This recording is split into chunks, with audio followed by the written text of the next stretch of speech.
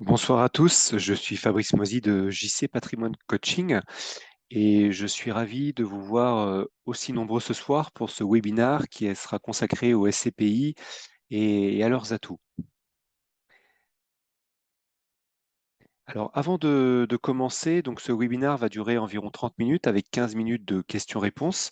Donc je vous demande simplement pendant l'intervention de couper vos micros et puis de poser vos questions donc pendant le temps donc après la présentation du webinaire. Et je vous enverrai un questionnaire dans le chat et je vous remercie auquel je vous remercie de répondre pour me permettre de m'améliorer aussi lors des prochains. Alors juste avant de commencer, je voulais simplement en fait vous présenter dans quel contexte en fait je travaille, hein, et mon mode de fonctionnement il est vraiment basé sur un mode de confiance et dans la durée, hein. C'est ce que je fais avec mes clients depuis déjà de nombreuses années. Mon objectif, clairement, il est aujourd'hui, dans la mission que je me suis donnée, de démocratiser l'éducation financière et vraiment de la transmettre au plus grand nombre. C'est la raison pour laquelle j'organise, hein, seul ou parfois avec des collègues, d'autres webinaires ou d'autres interventions. L'idée, c'est effectivement, je dirais de manière profonde, d'avoir vraiment un impact positif sur la vie de mes clients et de leur famille, justement, en leur proposant des solutions, dans vraiment le souci je dirais, de répondre à leurs objectifs de vie. Et pour ça, bah, effectivement, j'ai un certain nombre de valeurs que vous voyez ici, auxquelles aussi je rajouterai, comme je le disais tout à l'heure, la confiance qui est vraiment importante et, et la et je dirais l'écoute de mes clients. Concernant je dirais les SCPI, aujourd'hui, elle fait partie en fait d'une des deux catégories des solutions immobilières que sont d'une part, je dirais l'immobilier direct, hein, qu'on peut trouver notamment dans les locations nues, locations Pinel, les LMNP et les dispositifs Malraux. Je pourrais rentrer sur ces sujets un petit peu peut-être dans d'autres webinaires. C'est pas le sujet aujourd'hui. Aujourd'hui, c'est vraiment donc de parler de la SCPI qui appartient, je dirais, à l'immobilier géré, comme peuvent l'être notamment les LMNP type EHPAD, les résidences étudiantes ou d'autres biens en démembrement tels que les biens, on va dire, démembrés en usufruit ou en nue propriété. Alors, une SCPI, concrètement, c'est quoi? Donc, déjà, SCPI, ça veut dire quoi? Ça veut dire Société civile de placement immobilier. Donc, c'est une société, en fait, comme son nom l'indique, qui, d'une part, collecte des fonds auprès des investisseurs. Pourquoi faire? Ben, pour acquérir des biens immobiliers professionnels. Et ça, c'est vraiment intéressant, c'est que c'est un vrai complément par rapport à l'immobilier classique, hein, qui représente souvent l'immobilier des particuliers, comme les bureaux, le secteur des commerces, des entrepôts, donc la logistique, le dernier kilomètre notamment, les résidences médicalisées. Voilà. Et après, donc ces biens qui auront été acquis au travers des SCPI, donc la société de gestion va les louer et va les gérer pour le compte des investisseurs, donc vous et moi, et elle reversera donc à ces mêmes investisseurs des revenus, des loyers qui correspondront en fait aux montants qui seront proratisés par rapport à leurs investissements. Voilà, donc comment ça marche? En fait, un associé ou un copropriétaire, on dit aussi, donc achète des parts de SCPI et cette SCPI, en fait, comme je le disais tout à l'heure, va distribuer des revenus donc à ses copropriétaires ou ses associés proportionnellement à leurs investissements. Donc cette SCPI, en fait, elle est gérée par ce qu'on appelle une société de gestion qui gère pour le compte des associés, je dirais clé en main, en fait, les SCPI et reverse donc les loyers aux copropriétaires. Alors, cette société de gestion, elle ne fait pas ce qu'elle veut non plus. Elle est dotée d'un conseil de surveillance, hein, donc des instances de contrôle, mais également, elle est contrôlée par l'autorité des marchés financiers, qui est le gendarme en fait je dirais, de tous les organismes financiers et des banques, qui lui donne ses agréments et qui effectue des contrôles sur une base annuelle. Donc, les atouts de la SCPI, c'est quoi? Alors d'une part, l'avantage des CPI, c'est d'avoir, des rendements qui sont, je dirais optimisés de par le fait que l'immobilier est une valeur de refuge sur le long terme, hein, comme peut l'être, le la plupart des valeurs immobilières, que ce soit pour les particuliers ou les professionnels, ça reste quand même une valeur de refuge sur le long terme et je dirais l'historique nous le montre bien puisque on est toujours sur des phases de croissance depuis déjà une trentaine d'années. Alors bien sûr avec mmh, il y a eu des phases de hausse et de baisse, hein. Les années 90 ont vécu, aussi, une crise immobilière, mais qui finalement, n'a pas duré très longtemps et la progression, a continué, dans la durée. Le 2e avantage, c'est qu'effectivement, les CPI donc, du fait de que je dirais que ces produits-là investissent dans de l'immobilier professionnel, en fait, elles offrent un rendement qui est souvent plus attractif que ce qu'on peut trouver dans l'immobilier des particuliers. Donc ça, c'est un 2e avantage en termes de rentabilité. Si maintenant on regarde je dirais le risque. Alors il faut savoir que la SCPI, comme, je vous le montrais au début, elle investit dans plusieurs types d'immeubles. Donc ça veut dire quoi? Ça veut dire que en fait, le patrimoine n'est pas que sur un seul bien, mais sur, plusieurs dizaines, voire plusieurs centaines de biens. Donc du coup, ça diversifie et donc ça dilue le risque déjà de par le bien. Voilà. Donc 2e point important, c'est, bah, du fait d'avoir plusieurs immeubles, ça veut dire aussi plusieurs locataires et souvent même plusieurs dizaines, voire plusieurs centaines de locataires. Donc je dirais une mutualisation du risque supplémentaire, je dirais de par la multiplicité des locataires. Sachant qu'en plus les locataires professionnels, je dirais, ont un niveau d'impayé qui est beaucoup plus faible que ce qu'on peut trouver notamment chez les particuliers. Donc ça, c'est un 2e avantage, sachant qu'aujourd'hui, je dirais, le niveau d'occupation et de règlement des loyers se situe dans les CPI avec lesquels on travaille, les partenaires, entre 0 et 4. Donc ça reste très, très faible, malgré tout. 3e avantage des SCPI, donc c'est effectivement que c'est un placement, sur mesure. Pourquoi? Parce qu'on peut acquérir des parts de SCPI à partir de quelques centaines, voire dans certains cas, certaines SCPI, quelques milliers d'euros. Donc c'est-à-dire que pour, je dirais des personnes qui, ont pas forcément une capacité d'emprunt ou une capacité de cash très élevée, elle peut malgré tout investir dans de l'immobilier professionnel à partir de ces quelques centaines ou quelques milliers d'euros. Ce montant, il est bien sûr calibré en fonction de la capacité des investisseurs, hein, c'est-à-dire que, on peut investir, bon, au minimum, comme je le disais, quelques milliers d'euros, mais on peut aller jusqu'à aussi quelques centaines de milliers d'euros en fonction, des objectifs et des capacités d'emprunt des investisseurs. Voilà et une autre possibilité, c'est d'acquérir également progressivement, la SCPI sous forme de versement programmé. 4e et dernier avantage, effectivement, en termes de gestion, comme je le disais tout à l'heure, alors, je le dirai après, mais effectivement, c'est une gestion qui est déléguée à des experts. Donc pour nous, en tant qu'investisseurs, en fait, on n'a rien à faire. C'est-à-dire que la totalité est gérée. Donc ça, c'est un autre avantage qui est fondamental pour les SCPI, c'est-à-dire que l'investisseur ne gère vraiment rien. C'est vraiment la SCPI qui gère et qui lui reverse les loyers.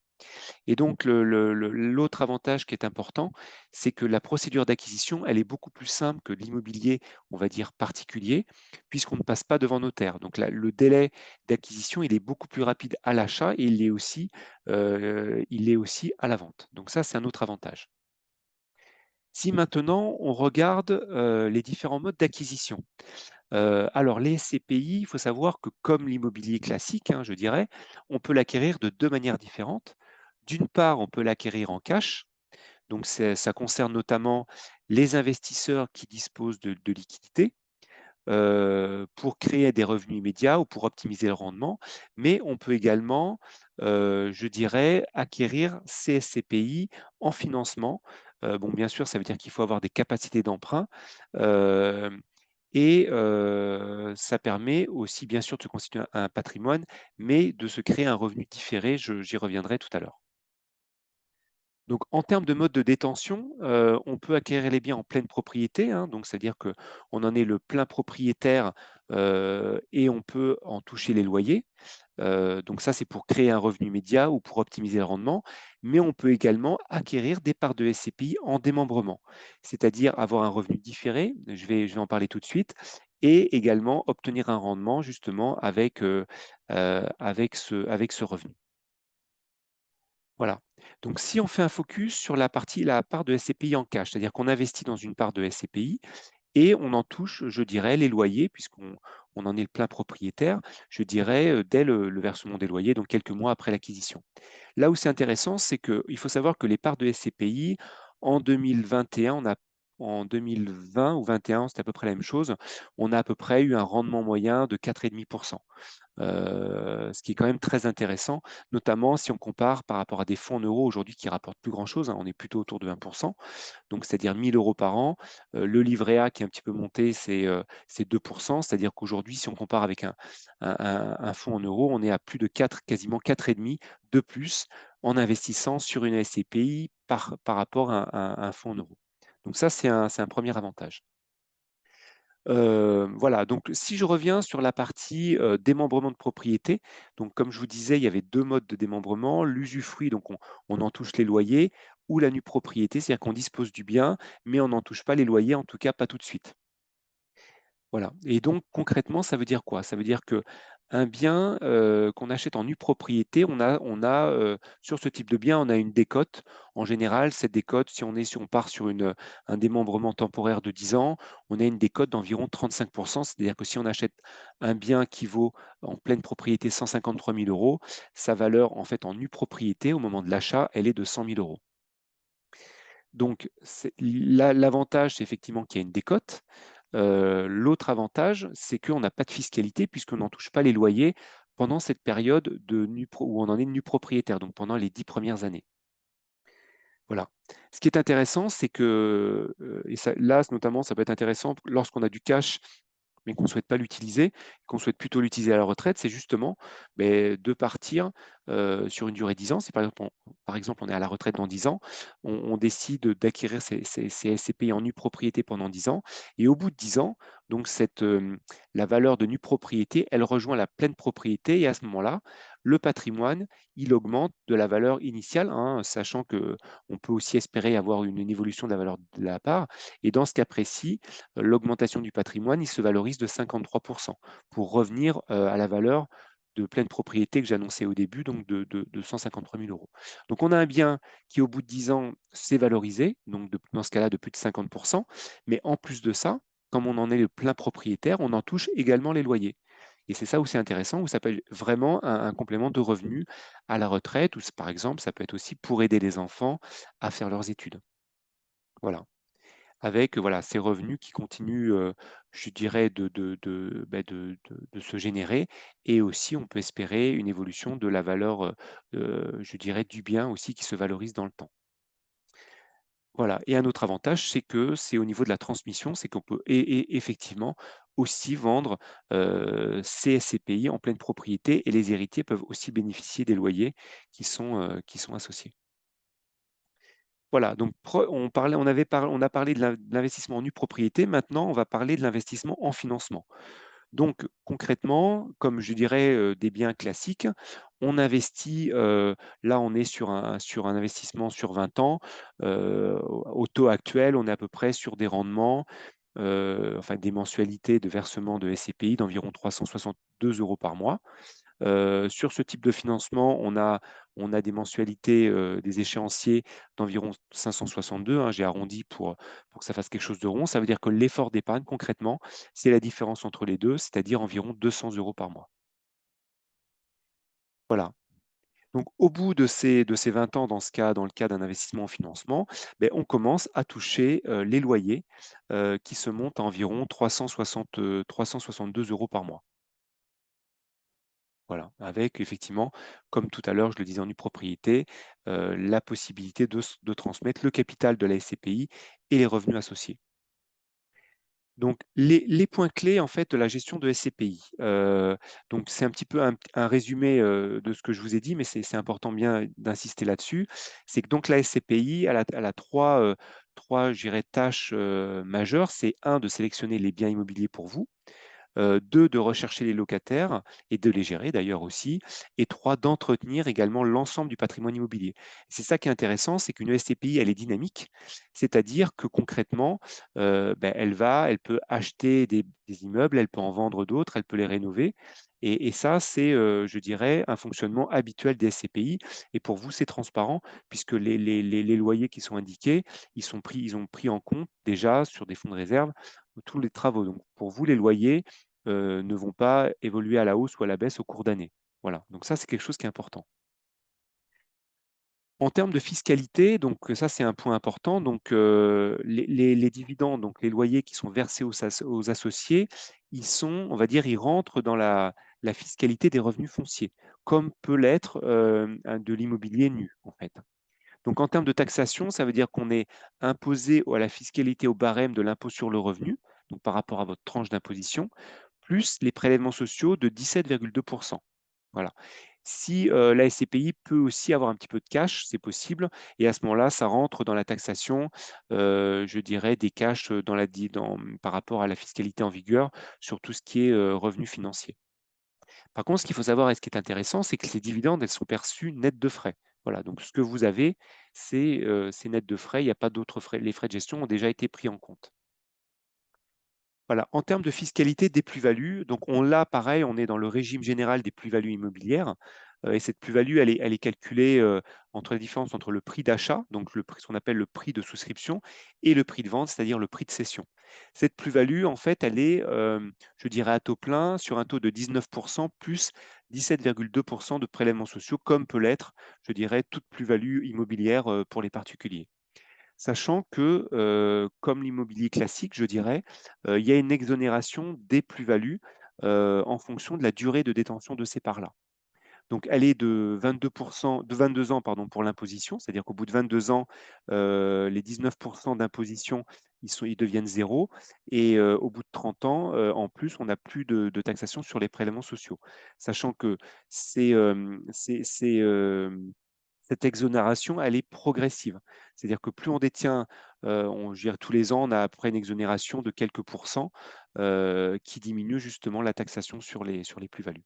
Par contre, effectivement, on a une exonération totale au bout de 30 ans et c'est la raison pour laquelle il est, aujourd'hui conseillé, comme l'immobilier classique, de conserver ses parts de SCPI, le plus longtemps possible. Voilà. Alors comme tout, investissement, il y a bien sûr aussi des risques, hein, il faut bien sûr les prendre en compte. Le premier risque, c'est un risque, comme toute solution, d'investissement, c'est un risque de perte en capital, hein. Aujourd'hui, il y a que les fonds euros qui garantissent le capital ou les livrets A. Donc l'immobilier, même si aujourd'hui on sait qu'on est quand même sur une valeur de long terme, une valeur sûre, hein, ou quasi sûre, hein, on ne peut pas dire sûre complètement parce qu'il y a eu des périodes de crise quand même. Il peut malgré tout y avoir des risques de perte en capital. Si on décide de vendre au moment où les marchés immobiliers sont baissiers, il y a des risques effectivement de perte en capital. Le risque de liquidité, alors c'est un avantage de la SCPI, mais effectivement, ça peut être aussi un risque si par exemple tous les vendeurs décident de vendre leur part au même moment. Donc la SCPI ne sera pas en mesure de racheter toutes les parts de tous les vendeurs. Puisque même s'ils ont des liquidités, s'ils n'ont plus ces liquidités parce qu'ils ont commencé à rembourser certains acheteurs, certains vendeurs, ça veut dire qu'ils seront obligés de vendre des biens pour payer, les vendeurs de parts de SCPI. Et ça, ça peut prendre effectivement quelques semaines, voire quelques mois. Bon, c'est assez rare, mais ça peut voilà, c'est quelque chose qui peut arriver malgré tout. 3e risque, c'est le risque de variation et de revenus. Effectivement, quand si les marchés, comme je disais sur le 1 dans le premier cas, risque de perte en capital, on sait que les revenus peuvent varier, même si on sait que l'immobilier, ça a quand même une volatilité qui est moindre, c'est aussi des choses qui peuvent évoluer. Et c'est la raison pour laquelle, pour s'affranchir justement de risques, ce que je mets en bas du document, c'est qu'il faut toujours avoir un horizon de placement qui soit supérieur à 10 ans. 10 ans correspondant à peu près à un cycle économique. Et il faut aussi bien sûr conserver une épargne financière qui soit suffisante, ne pas dire: Si j'ai besoin d'argent, je vais, casser mes SCPI et me faire rembourser» parce que, comme on le disait, ça peut prendre quelques semaines, voire quelques mois. Donc il ne faut pas, tout miser sur les SCPI non plus. Voilà, un point important aussi que je trouve aussi très intéressant et très pertinent, c'est justement, de montrer la performance des SCPI si on les compare à d'autres types d'investissements. Concrètement, les actions, les livrets A, les SICAV et ce qu'on voit, c'est intéressant, c'est que, finalement sur les 15 dernières années, alors l'analyse s'arrête à 2020, bon c'était avant le covid, mais je pense qu'on est à peu près de toute façon resté sur les mêmes tendances. Les SCPI, ça reste vraiment la solution, d'investissement qui est parmi les plus performantes, pour ne pas dire la plus performante, dans la durée, des placements. Donc voilà, donc ça c'est intéressant, de bien aussi, avoir ça en tête en tant qu'investisseur. Voilà, donc pour résumer, voilà, l'avantage justement des SCPI, si on compare à de l'immobilier locatif, en termes de revenus, comme je le disais tout à l'heure, c'est que les SCPI, en fait, les revenus de SCPI sont vraiment nets de toute charge. La gestion des travaux, des taxes et d'autres travaux, qui n'ont pas forcément été prévus, c'est déjà inclus en fait dans les revenus. Alors qu'effectivement dans le cas de l'immobilier direct, il y a des charges à payer, il y a des charges de copropriétaire, de syndic et cetera. En termes de mutualisation des risques, hein, comme je disais tout à l'heure au début de la réunion, plusieurs locataires, plusieurs immeubles, donc ça veut dire des risques dilués. Alors que dans le cas de l'immobilier direct, on n'a pas ce cas. C'est-à-dire que si on a un locataire qui ne paye pas ou on n'a pas de locataire, du coup, on se retrouve, avec un risque beaucoup plus élevé, pour payer justement les mensualités, de prêt. En termes de gestion locative, comme je disais, on a une société de gestion, hein, qui gère ça de A à Z et en plus de ça, qui est validée et contrôlée par l'Autorité des marchés financiers. Alors que dans le cas de l'immobilier direct, même si on peut le sous-traiter à une gestion, c'est une agence de gestion locative, elle doit être pilotée et gérée par le propriétaire. 4e point important, donc en termes d'actifs, donc comme je vous le disais, on a une diversité, des types de biens. On peut avoir des bureaux, des commerces, secteur de la santé. On peut avoir le secteur de la logistique aussi, de l'hôtellerie notamment, donc ou avoir un mix de tout ça, alors que sur l'immobilier direct, on est vraiment sur du locatif particulier. Donc on a un mix, de diversification qui est beaucoup plus faible.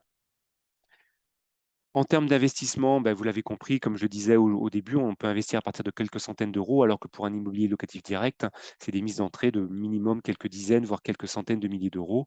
Voilà, et en termes de liquidité, pour terminer sur cette partie, on achète des parts de SCPI, donc une part à un certain montant, alors que l'immobilier, c'est indivisible, donc c'est-à-dire qu'il faut acheter la quantité, le bien dans sa totalité. Et pareil pour la revente, on peut vendre des parts, hein, quand on le souhaite, sans vendre la totalité de ses parts, alors que pour un immobilier locatif, il faut vendre l'ensemble du bien. Voilà, donc oui, pour terminer, donc je voulais vous montrer ça, ça reprend un petit peu les éléments, donc je vais passer vite. Effectivement, un rendement attractif sur 2021. 2022, on devrait à peu près sur les mêmes tendances. Ça reste un placement de long terme, hein, comme je le disais, donc c'est pour ça l'objectif, c'est de le garder au moins 8 à 10 ans. On est sur du 100 immobilier entreprise. Heu, voilà, avec des revenus réguliers, possible aussi des possibles pertes en capital, comme je le disais, mutualisation des risques et liquidité. Voilà, et puis en termes de gestion, comme je le disais, on a absolument aucune contrainte. Voilà pour cette partie-là. Donc je vous rappelle, que le prochain webinaire, auront lieu donc, le 5 et 6 octobre à 18h30, où on creusera un peu plus le sujet des SCPI, des solutions de SCPI, et effectivement, on parlera un petit peu du marché également actuel. Et le 12 et 13, on parlera plutôt sur les solutions de défiscalisation, dans le contexte actuel.